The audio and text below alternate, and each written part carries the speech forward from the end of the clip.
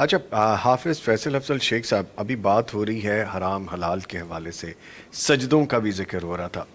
جو حدیث کے مطابق بندہ سجدے میں اللہ کے سب سے زیادہ قریب ہوتا ہے، ابھی ہم نے ذکر کیا، ہم اپنی عام نمازوں میں سجدوں میں اس قربت کو، اس لذت کو کیسے محسوس کر سکتے ہیں؟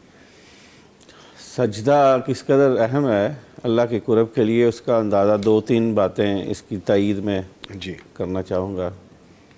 اس سے پتہ چل سکتا ہے کہ اس کی کتنا قرب ملتا ہے اللہ کا۔ جی نبی مکرم شفیع معظم علیہ الصلاۃ والتسلیم کی کہ خدمت گزار نے ساری رات خدمت کی اللہ کے رسول صلی اللہ علیہ وسلم کی، وضو کرواتے رہے، آپ کا خیال رکھتے رہے مسجد نبوی میں۔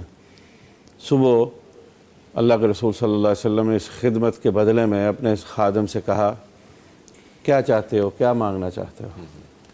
چونکہ تربیت یافتہ تھے وہ لوگ اللہ کے رسول صلی اللہ علیہ وسلم کے، دنیا کا کوئی سوال نہیں کیا، جی بڑا بہترین سوال کیا، انی اسألک مرافق یا رسول اللہ فی الجنہ، کہ جیسے ابھی آپ کی قربت میسر ہے، آپ کا قرب میسر ہے، آپ کا ساتھ میسر ہے، آپ کے پاس ہوں، کل جنت میں بھی یوں ہی آپ کے پاس رہنا چاہتا ہوں۔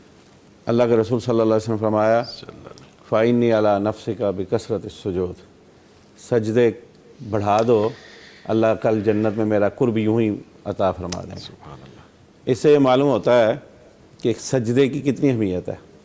اور اچھا ان دونوں کو جوڑیں، ان باتوں کو۔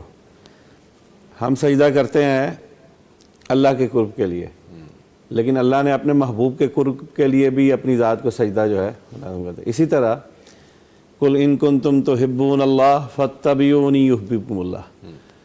اہل ایمان کو کہا کہ میری محبت کا دعویٰ کرنے سے پہلے میرے محبوب کی اطاعت کے ذریعے اس کی محبت حاصل کر کے آؤ تو پھر میری محبت حاصل ہوگی۔ اور یہاں بھی سجدہ ہم اللہ کے قرب کے لیے کرتے ہیں، اللہ کو منانے کے لیے کرتے ہیں، اللہ کے سے اس کی مغفرت، رضوان، اس کے غفران کے حصول کے لیے کرتے ہیں۔ لیکن جہاں وہ سب ملتا ہے، وہی کہا کہ میرے محبوب کی جنت میں بھی قربت ملے گی، اور اپنے اور آپ کے ایمان کو مزید بڑھانے کے لیے ایک سجدہ اور بڑا ہمارے کام آئے گا، جو روز محشر ہوگا، جب سارے منتظر ہوں گے کہ ہمارے بارے کیا فیصلہ ہوتا ہے، اور وہ سجدہ کریں گے جناب محمد رسول اللہ صلی اللہ علیہ وسلم، اللہ کے عرش کے سامنے، آپ کے اللہ کے رسول صلی اللہ علیہ وسلم سر بسجود ہوں گے، اور ان کلمات سے اللہ کی حمد و ثنا بیان کریں گے جس کے بارے میں اللہ کے رسول صلی اللہ علیہ وسلم فرمایا مجھے نہیں معلوم ابھی، اللہ اس وقت سکھائیں گے۔ اور پھر وہ قربت کے کیسے لمحات ہوں گے کہ اللہ کو بڑا پیار آئے گا اللہ کے رسول صلی اللہ علیہ وسلم پہ، اور کہیں گے بڑے پیار سے، ارفع راسک یا محمد، اے محمد سر اٹھائیے، فقل یسمع لک، آپ بات کیجئے میں آپ کی بات سنوں گا۔ یہ الفاظ ہی بتاتے ہیں کہ اس سجدے نے کتنی قربت پیدا کی ہے ان لمحات میں۔ آپ غور کیجئے، کہا جا رہا ہے ارفع راسک، اپنا سر اٹھائیے، فقل یسمع لک، آپ بات کیجئے میں بات کروں گا۔ اور پھر تیسرا لفظ جو ہے سل توتا، آپ مانگیے میں عطا کروں گا۔ سبحان اللہ۔ اور یہ ترتیب دیکھیے الفاظ کی، یہ کہ سجدہ کہاں تک لے جا رہا ہے۔ اور پھر چوتھا مرتبہ اشفا تو شفا، محبوب آپ اپنے امتیوں کی شفاعت کیجئے، میں ان کے حق میں آپ کی شفاعت کو قبول کروں گا۔ سبحان اللہ۔ تو یہ سجدہ بڑا قیمتی ہے، سبحان اللہ۔ کاش ہمیں سمجھ آ جائے کہ ہم اس سجدے کے ذریعے اللہ کی کیسی قربت حاصل کر سکتے ہیں۔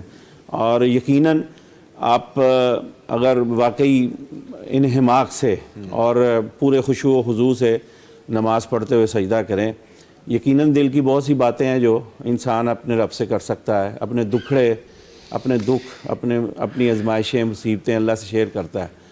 اور جیسے سجدہ کی کیفیت کو اگر ہم اپنی عام انسانی جذبات کے تناظر میں دیکھنا چاہیں نا، تو جیسے کوئی بڑا دکھی ہوتا ہے اور وہ اپنے کسی اپنے کو دیکھ کے اس کے گلے سے لگتا ہے نا، اور بے ساختہ اس کے جذبات امڑ آتے ہیں، وہ آنسوؤں کی صورت میں امڑے ہیں، وہ جذبات کے اظہار کی صورت میں امڑے ہیں۔